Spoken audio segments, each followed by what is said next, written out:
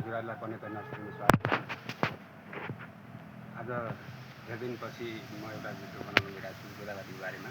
आज हामी गोदावरीको रिपोर्टिङ गर्दैछौँ र यस गोदावरीलाई यसको सोइल मिक्स, यसको फर्टिलाइजर,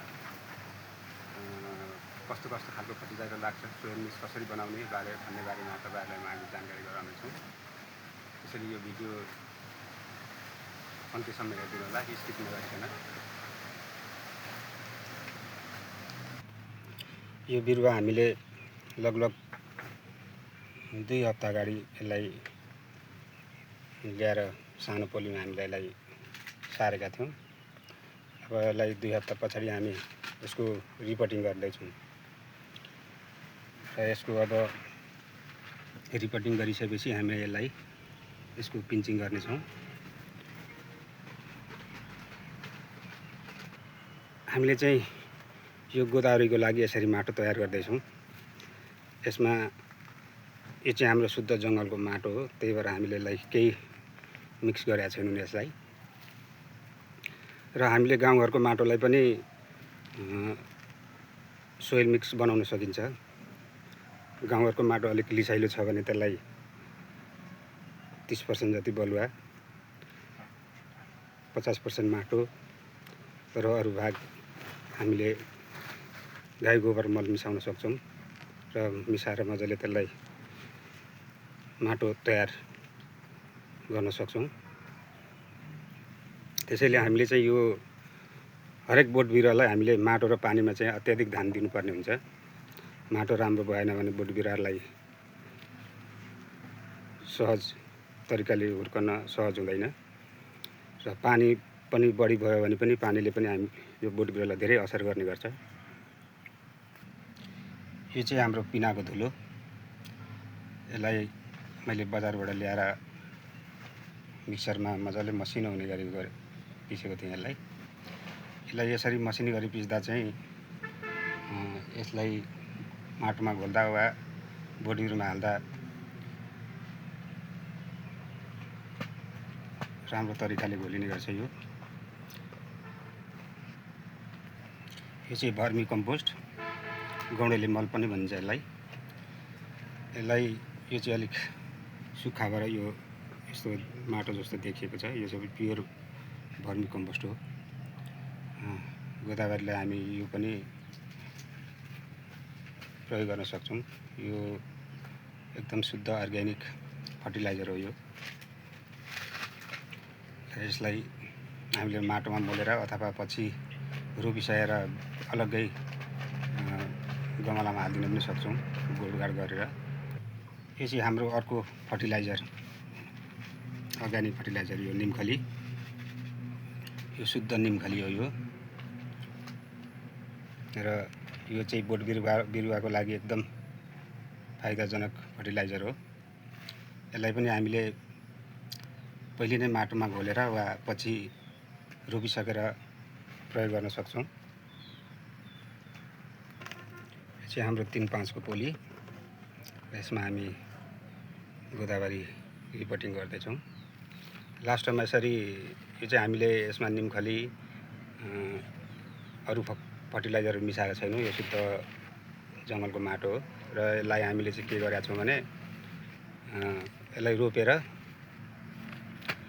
माथिबाट अथवा पहिले नै यसलाई यी थोरै हालिदिएर हामी यो बिरुवा तयार गर्दैछौँ। र यस गोदावरीको हेरचाहको बारेमा तपाईँहरूले अलिअलि जानकारी पाउँदै हुनुहुन्छ। यसको रोग भनेको लाईले यसलाई धेरै सताउँछ अनि एउटा मिलीबग भन्ने भाइरस हुन्छ, त्यसले पनि यसलाई अत्याधिक आक्रमण गर्ने हुन्छ। र यो चाहिँ हाम्रो थाई र होल्यान्ड भेराइटीको गोदावरी हो।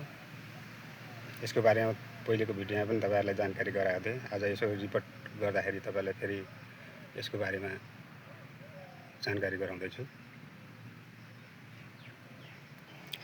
गोदावरी प्राय पर्मानेन्ट प्लान्टमा गनिन्छ।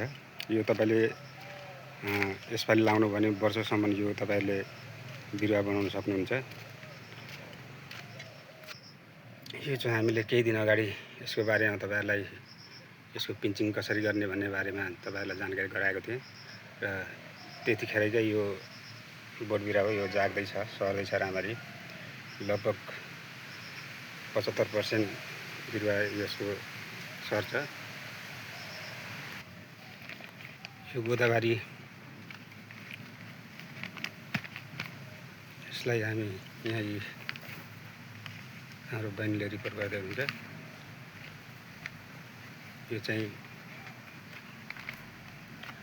अब यो यसको रिपोर्टिङ अब यो अन्तिम हो। यो ठुलो बिरुवा बनाएर बेच्ने हाम्रो तयार गर्दैछौँ। यसको हामीले रिपोर्ट गर्ने अब यही लास्ट हो।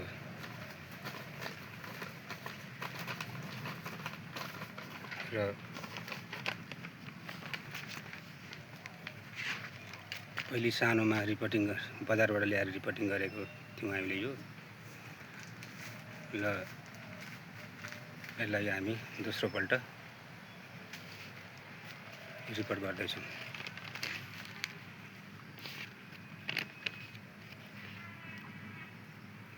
मल हाल्दै हुन्छ, यसरी पनि हाल्न सकिन्छ मल।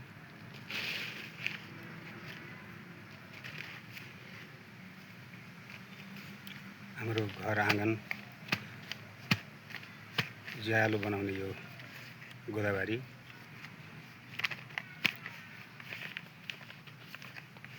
खास गरेर यो एक सिजन भनिन्छ, तर यो दुईपल्ट चाहिँ फुल्ने गर्दछ। यो जाडोको मौसममा एकपल्ट अनि चैत वैशाखमा एकपल्ट यो फुल्ने गर्छ। गोदावरीको विषयमा तपाईँहरूलाई थोर बहुत जानकारी गराएँ। भिडियोलाई अन्तिमसम्म हेरेर सहयोग गरिदिनु होला र यस च्यानललाई अनिता नर्सरी च्यानललाई सब्सक्राइब, लाइक, कमेन्ट गर्न नबिर्सिनु होला।